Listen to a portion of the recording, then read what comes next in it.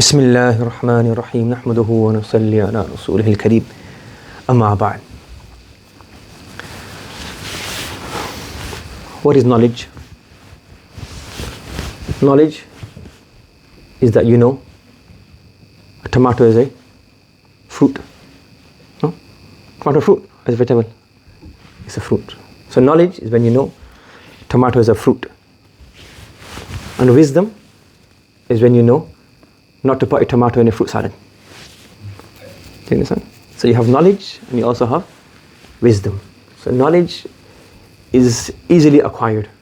Easily means you have to exert effort. You read a story, you read a hadith, you read a Quranic verse, you read a masala. And wisdom is your ability to apply that or impart that. So apply it in your life in the right context.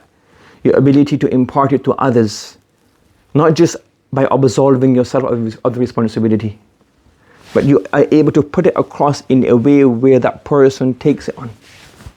So one example is, okay, this is a situation. This is take it, leave it. Knowledge, you're right, you're very clever, you're understanding, you know this is right. This is my money, this is your money. This is my right, this is your right. This is halal, this is haram. This is not the best option. You're right, you're clever, you figured it out. What is wisdom? Wisdom is then, how am I able to get this person to understand that what he is doing is incorrect? How am I able to get the message across without breaking relations? How am I able to get the message across without hurting somebody's feelings? Are you following? So when I can say, what you're doing is wrong.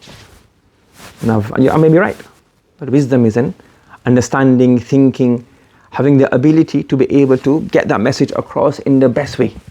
This is wisdom. And this comes with experience. This comes with sitting in the company of the ulama, sitting in the company of the sulaha. This life experiences, people who are elder than you, sitting with them, learning from them. You learn from this. And inshallah, hopefully I'm going to Barbados for Eid al-Adha. So I was just thinking about some of this past events. So regarding this wisdom, one thing came to mind. So when my mum was alive, rahimahullah, I think my father was alive as well then. Yeah, he was alive as well then. But he become sick, so he was very quiet. So we slaughtered animals at home, but obviously we slaughter it ourselves, and then we have a butcher or two to help assist in skinning the animal and cutting it up, etc. So one of the butchers, he's a habit of drinking.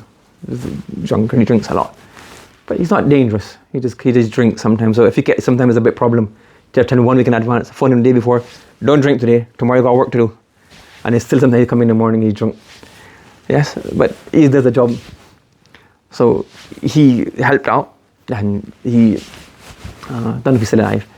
So he done his job and then it was all finished. So what we do is, most people do this, is they slaughter the first animal and then straight away quickly they try to get that cleaned up and get some of the meat ready and start cooking and put it on and have a nice fresh biryani for that day. So by the time you finish all the other animals, you have a nice Eid al-Adha biryani.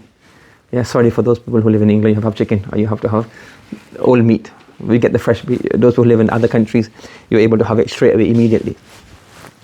So we finished about maybe 10 o'clock, 11 o'clock, and obviously it takes time for the biryani to cook, the whole pot to cook. So I had the knowledge. So I said, Mummy, just pay him. So he said, you can't leave it. If you pay him now, he doesn't know what to do. He's just going to take the money, he's going to go and drink again. Just make him wait, and at least we'll give him a good plate of biryani. At least he'll eat one meal properly. He doesn't know what's good for him himself. Because he's an alcoholic. He's going to go and drink again and just waste his money, and he's not even going to eat properly. So what's the masala? What's the hadith? That you must feed the person, give the person the money straight away. So I started insisting my mum, no, you have to give it. He's there, he's waiting, that's his job, that's his responsibility. No, give it to him. So we had a little, and then mum just gave it to him. And then, as soon as he got the money, he left. And then afterwards, I went to you, innit? I told you, innit?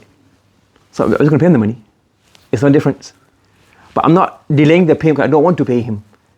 He's like a mahjur. If you think of it now, it's like he's mahjur, meaning you have a person who doesn't understand what's nafi for him. He's in a state where he doesn't know what's best for him. You're withholding the money, not to delay the payment, not give him the money. It's that he doesn't know what's best for him. At least this person is, instead of him going to go and straight away drink some alcohol or go to the pub, at least that one person, he's a human being, he'll have one good meal, and then he can do whatever he wants. You understand? So now you look back and you think, yeah, this is knowledge. You know the hadith, the word of the hadith, the Arabic of the hadith, the tarkib of the hadith. But then the umum, the khusus, the mustasnayat, the situations where you can do it, sometimes it comes without a person knowing Arabic. Sometimes it comes without a person knowing that, but it comes with wisdom, it comes with understanding, it comes with this. So I just thought this is a story. Sometimes you have knowledge or wisdom. And so when you're young, you may know all of the masail. You graduate, you think you know all the stuff, but sometimes a lot more you need to learn. Sometimes your parents who are alim, your parents are not alim. Sometimes they will have hikmah, you have wisdom. They may be able to tell you something in regards to how you're spending your money, how you are renting the house, where you're renting the house, in terms of marriage, in terms of everything, the way in terms of you're doing something.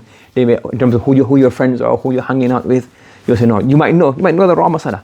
Even right now, somebody 20 years more experienced than me, they will have more knowledge, more experience. So sometimes the masala is not going to change, but the application, how to apply it, is it a mustasna surah, etc. This is now, we have wisdom from other people. And so along with knowing the tomato as a fruit, you also need to know where to put the tomato, not in a fruit salad. We need to know put it in a salad, vegetable salad. So similarly, you have the masala, you have to pay the person immediately. But sometimes there's a bit more to this. And this is one example here. There's so many other things. So you have to have hikmah, you have to have understanding how to put the masala across. Just by being right, you can be right, you might be clever, you might know stuff, but you have to know how to implement this.